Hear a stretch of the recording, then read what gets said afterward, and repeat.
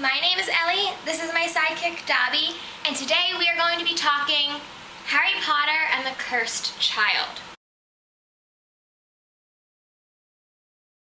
So, as you probably know, Harry Potter and the Cursed Child is about Harry's relationship with his son Albus Severus, which you met in the epilogue of Harry Potter and the Deathly Hallows, and it takes place mostly after the epilogue. And it's kind of how their relationship has struggled and what might become of it. And that's all I'm going to say because everything else is a spoil. If you have not read it yet, go ahead and read it and then come back, okay? Bye.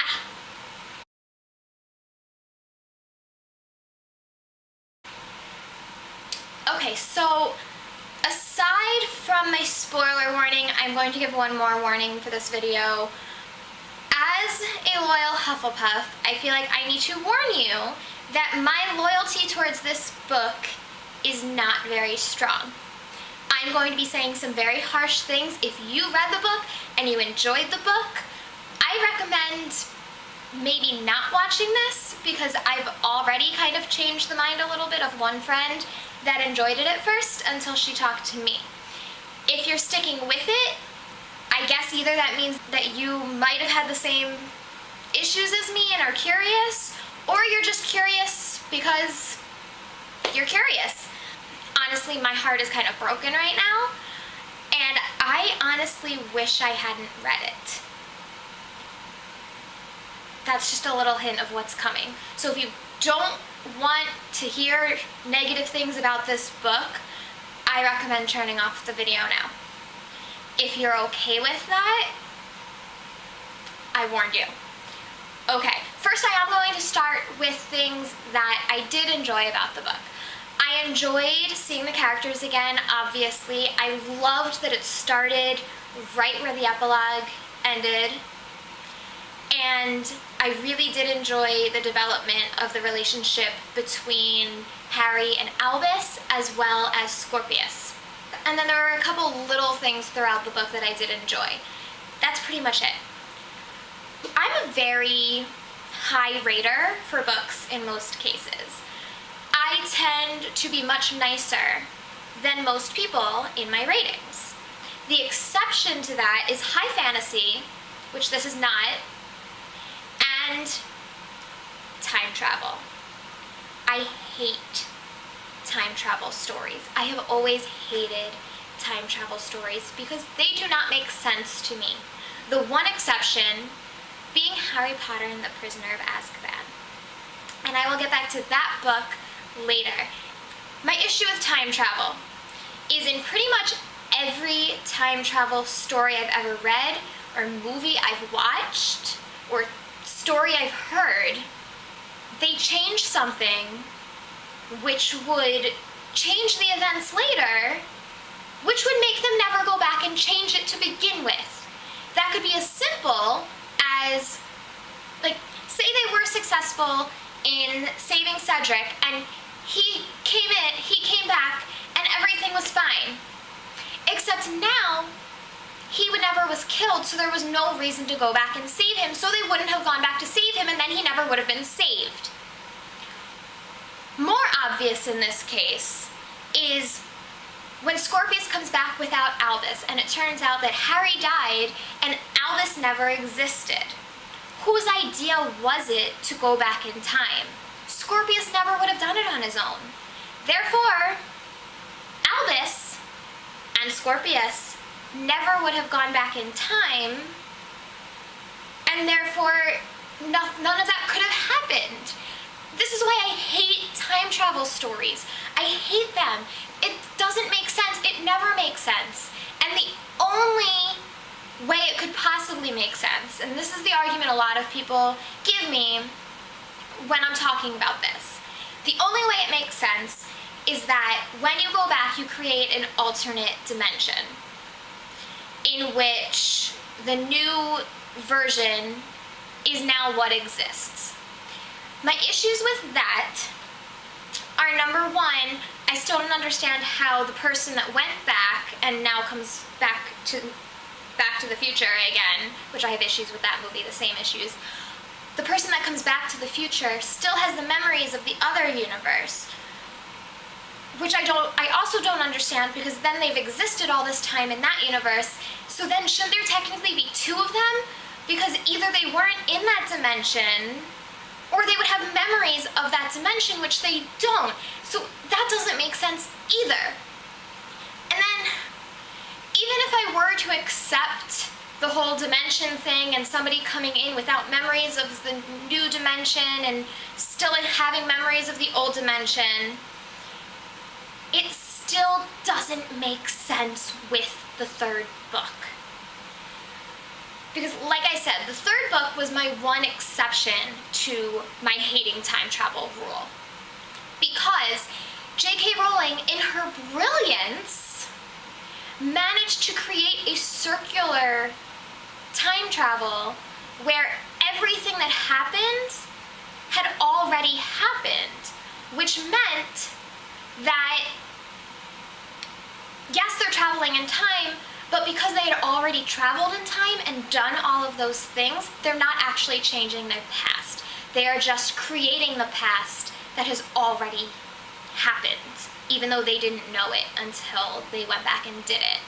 And that was brilliant, because it didn't fall into any of those categories that have always annoyed me about time travel. And you think, well, why can't both work? Because, according to this book, when you go back, you change things and create a new future, which means until you go back, the things that you will be changing haven't changed yet. Therefore, in the third book, Harry couldn't have gone back and saved himself from the Dementors until he actually went back and saved himself from the Dementors, which meant he and Sirius would have gotten the kiss, and then they wouldn't have been able to go back. I don't like time travel. I'm very upset that this book was about time travel. That's not where I saw it going. And I literally texted my friend in the middle of it and said, the only way I will be happy at the end of this, and I can't believe I'm saying this because it's a cop-out, but is if everything is a dream made for you to realize that every death in that series was necessary, which I've always believed. I've always believed that every single death in the Harry Potter series needed to happen. And I like that it kind of reinforced that. I also like, because there was some debate about this, that when Ron and Hermione were not married, they were miserable, and you could see that they realized that they should have been together. I enjoyed that, but the plot of this, I just couldn't do it. I couldn't, and I'm really mad. I'm heartbroken. Like, I almost burst into tears when I finished from heartbreak, because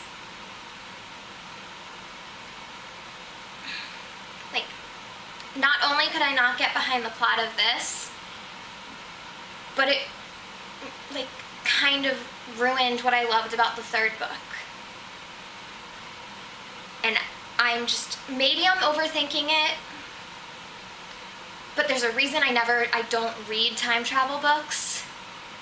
And there's a reason I actually enjoyed the third Harry Potter book when I haven't enjoyed any other time travel book I've ever read.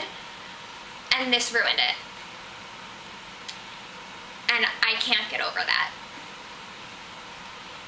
So I'm sorry to end on a sour note for this one, but that's pretty much all I have to say. I'm not even going to talk about the plot specifics because they weren't important to me, and they all wrapped around. I will say, once the whole time travel thing was happening and I was annoyed by that, the one thing I did like was the way they figured out how to get the message to Harry. That was cute, but in a world that doesn't make sense, that was cute. And I get it's magic, and magic isn't science, but one of the things I loved about Harry Potter is that the magic in Harry Potter worked in science. There were rules, like once the food is gone, you can't bring it back from nothing. There has to still be some food there, and you can grow it, which is it's the idea that you can't make something from nothing. That's a scientific idea. And it always worked in Harry Potter, and that's what I loved about Harry Potter. But this does not work. And it broke my heart, and I'm sorry to say that. And if you want to get mad at me for saying it, all I have to say is I warned you when you continued watching this video. And I'm sorry, that's all I have to say. I had planned to make one big video with my thoughts before I got the book, at the release party, and after. I'm trying to separate them so that my feelings about the book don't affect the fun that I really did have last night.